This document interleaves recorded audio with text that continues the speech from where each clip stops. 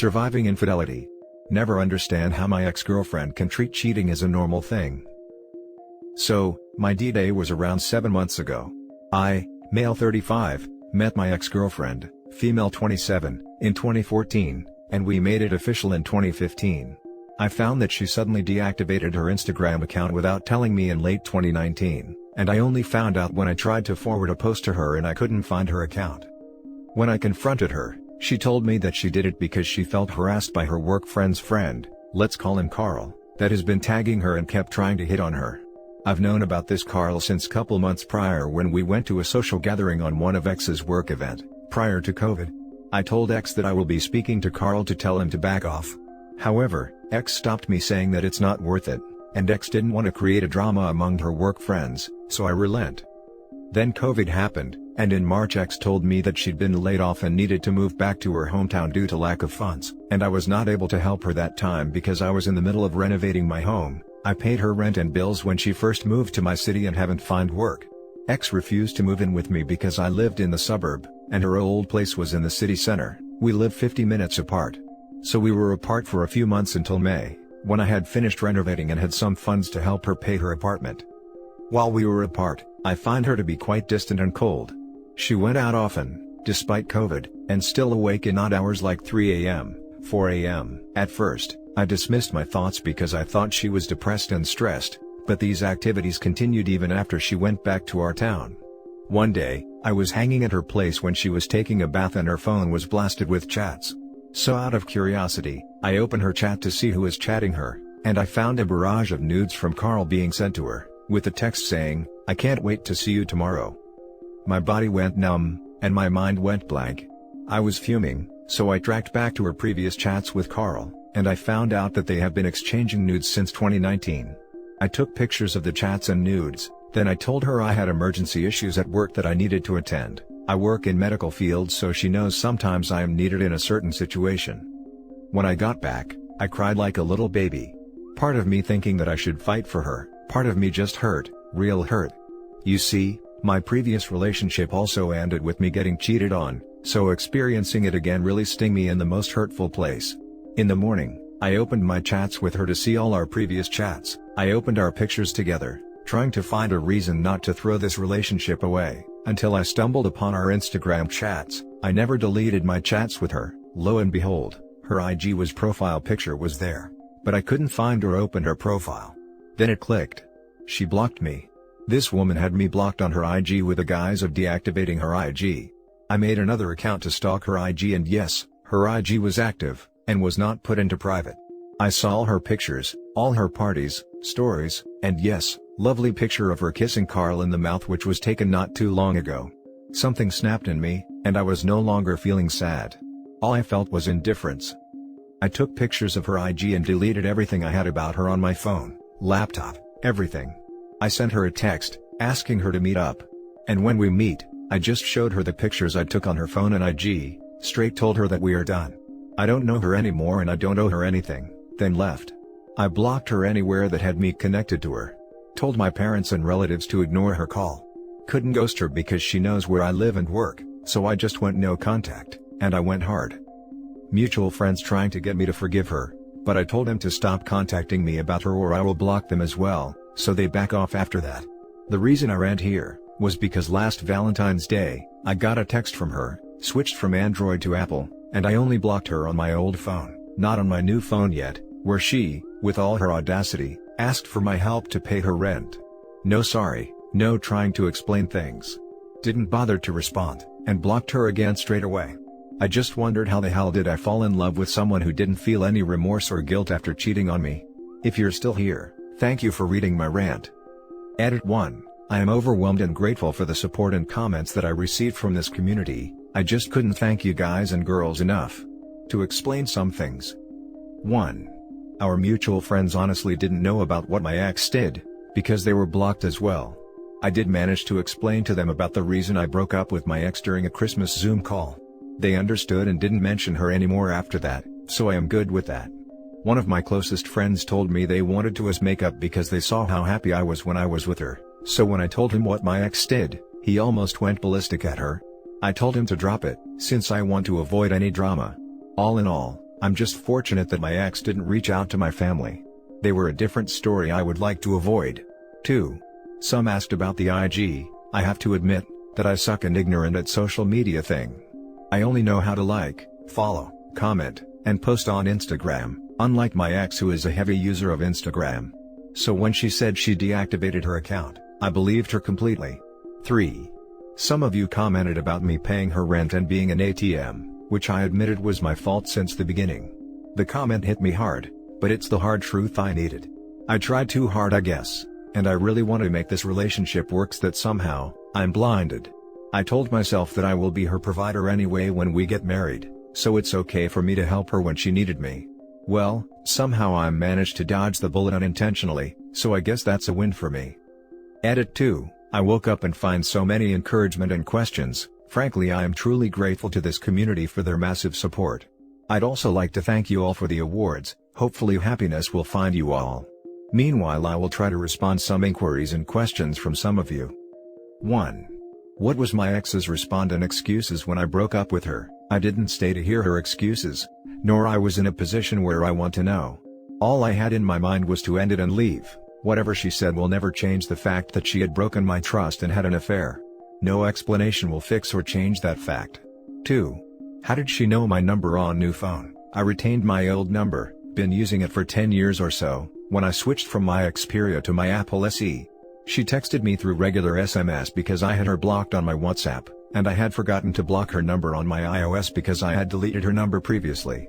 Somebody asked why I changed from Android to iOS. Well, it's just because I wanted to try iPhone, I guess.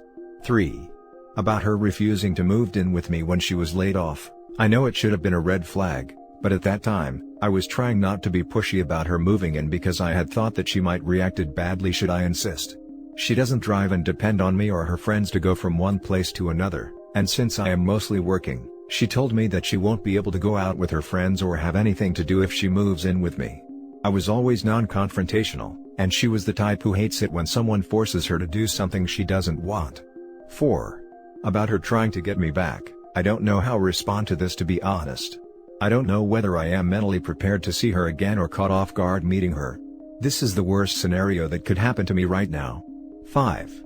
I can't ghost her for obvious reason, house and work. Since I can't ghost her, I just really hope that she won't come to my house or workplace.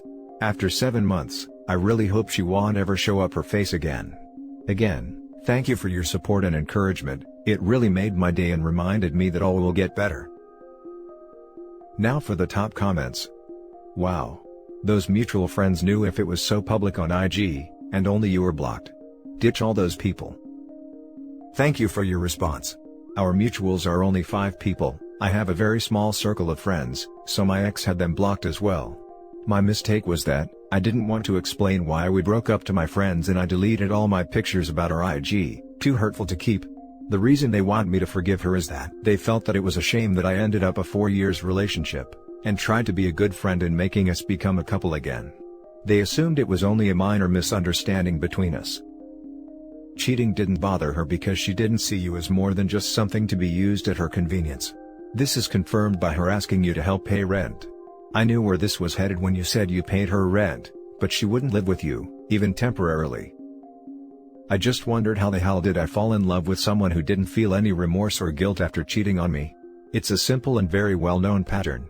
You're a good, honest, considerate and loving person, Mr. Nice Guy, and she is a narcissist who needs constant supply of external validation, and one man, especially the nice one, is never enough.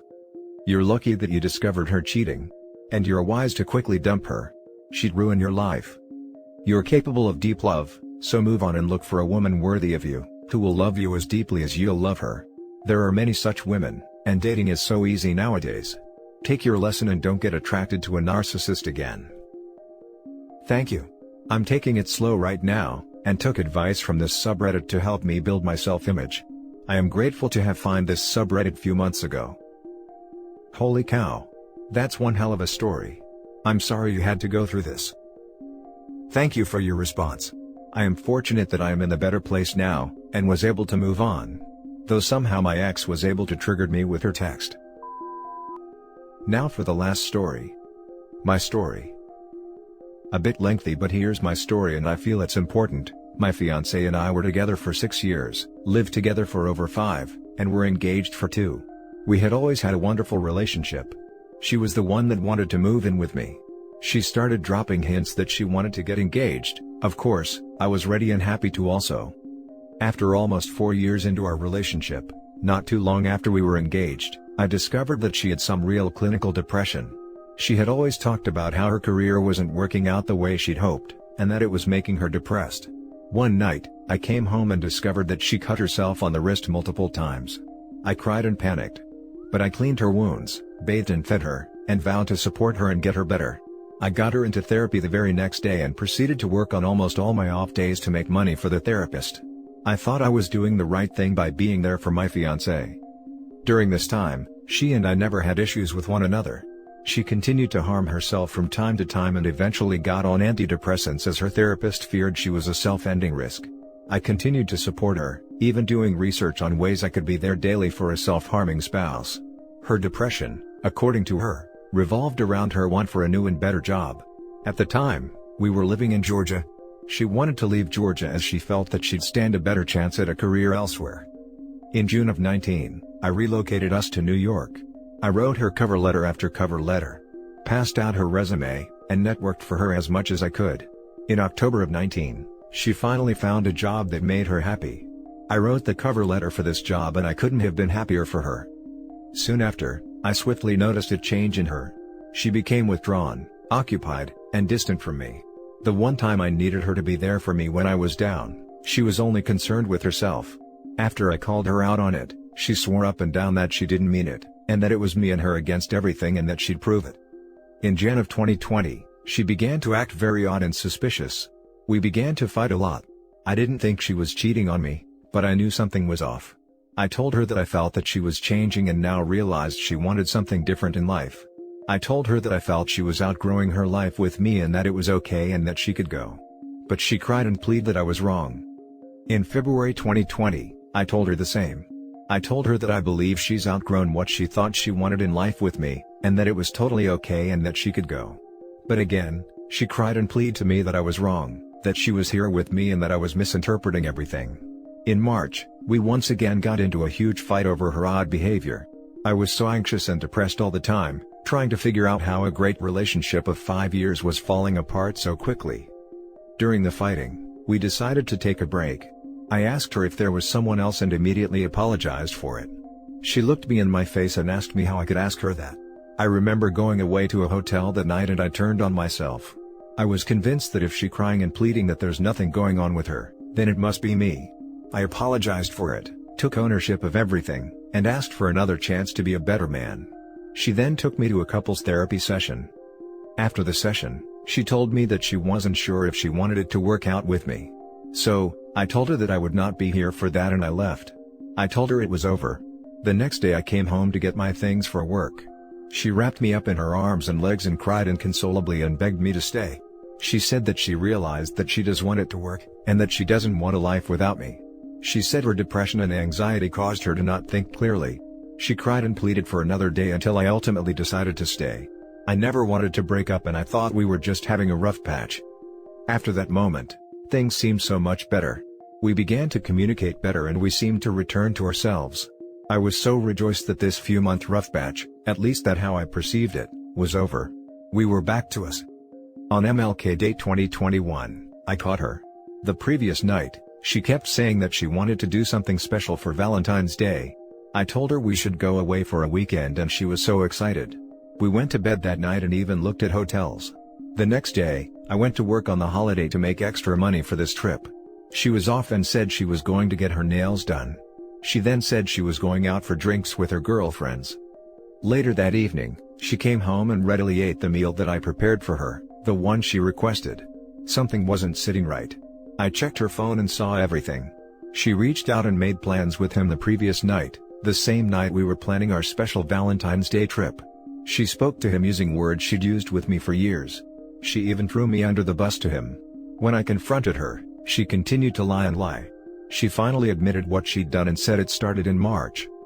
March of 2020, the time when she convinced me I was crazy. The month that she took me to couples therapy knowing what she had already done. The way she had known what she'd done when she cried and pleaded for me to come back and stay. Her explanation was that, we were fighting so much and she went to him and developed feelings for him. If you look at the timeline of the fighting, January, February, and March, she was already down this road. So the sudden fighting was happening because of what she was doing, not the other way around. The fighting was happening because she was doing this, and when I called her out for acting weird, she convinced me I was crazy.